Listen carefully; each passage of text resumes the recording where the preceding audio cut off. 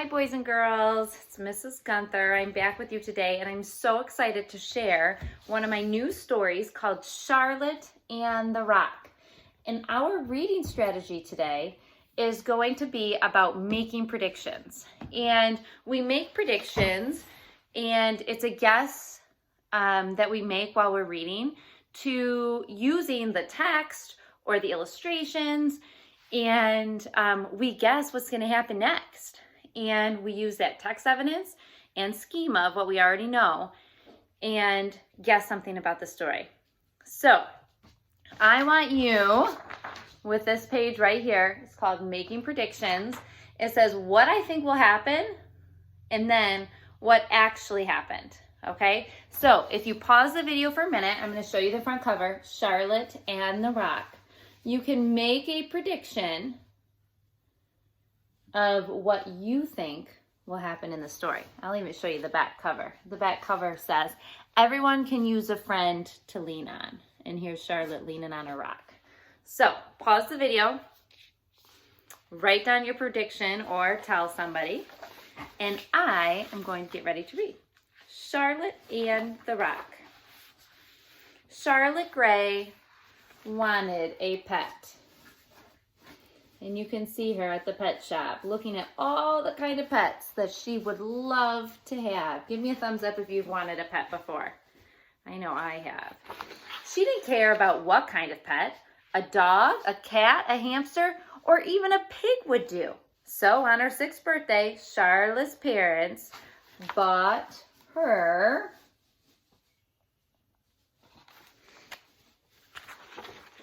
a pet rock. Oh, I'm so sorry. I think Millie is super excited about the pet rock too. It wasn't quite what ChArlotte had in mind, but she tried to remain positive.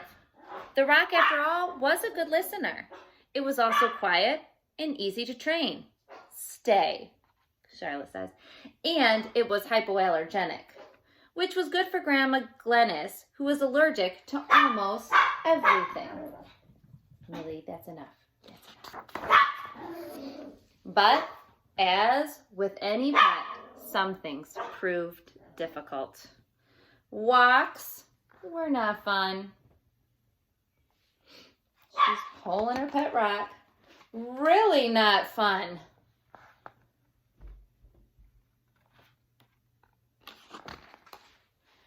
The rock's lack of appetite was annoying. Normally dogs would just eat up whatever you give them, right? And it was not much help in getting her out of trouble at school. You said, "What ate your homework?" asked ChArlotte's teacher.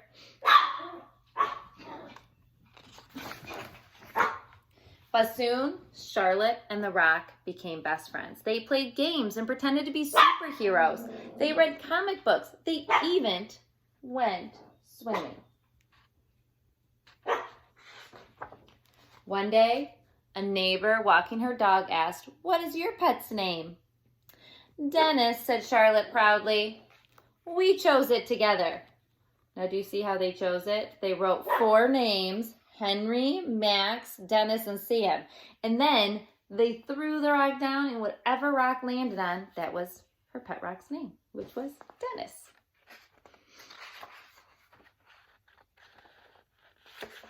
ChArlotte loved her pet so very much, but she couldn't help wishing that it could love her back. ChArlotte patted her rock and let out a sigh. Let's all sigh. Can you do a big sigh? She's just feeling sad. She wanted her pet to love her. At bedtime that night, ChArlotte kissed her rock goodnight and fell asleep. Dennis, however, couldn't sleep. Crack! Millie's not so sure about that crack. Oh no! Dennis was cracking. Okay, I covered up this page because I want you to predict right now. What do you think is happening to Dennis? What do you think it could be? see. He knew ChArlotte needed a hug. Look close. What is coming out of Dennis there? Her pet rock. What's happening? Let's see if your predictions are right. Here, I'm going to start here. He knew ChArlotte needed a hug. A big one. What is that? Who would have thought? I was guessing maybe a chicken or a duck cracking out of an egg, but a dinosaur? A dinosaur, a pet dinosaur.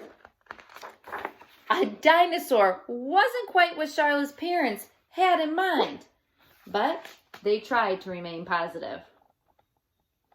I'm loving ChArlotte's positive outlook on having a pet rock, and now her parents are trying to be positive about her pet dinosaur. Who would have ever thought that the pet rock was a pet dinosaur?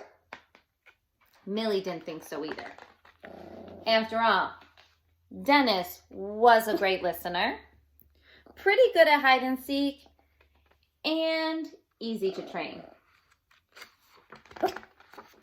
Well, sort of. Wow, I would have never guessed that pet rock was going to be a dinosaur. Did you guess that? That's crazy. All right, on the back page, it says ChArlotte's pet rock rules. Number 1, training starts on day 1. Number 2, a rock needs a balanced diet and lots of fresh water. Number 3, keep your rock well groomed. Remember, groomed means keep it nice and taken care of and clean. Number 4, exercise your rock daily. Number 5, don't forget to introduce your rock to others. Number 6, reward good behavior with a favorite treat and give it lots of love. All right, what a crazy book, and I'm dying to know what you predicted was going to come cracking out of her pet rock. I know for a fact I did not think it was going to be a dinosaur. And by the way, Millie was barking like crazy. I don't think she thought it was going to be a dinosaur either. Okay, this week with ChArlotte and the rock, we are going to go on a rock scavenger hunt and find smooth rocks and bumpy rocks and different color rocks. And then you're going to pick your ultimate favorite rock. And you're going to bring it inside if it's okay with Mom and Dad. And you're going to find craft things. You could find yarn or googly eyes, or you could use paint or puffy paint. And you're going to make your own pet rock. You're going to name your pet rock. You're going to take care of your pet rock, just like ChArlotte did with her pet rock. And hopefully a dinosaur won't crack out of your pet rock. That wouldn't be good.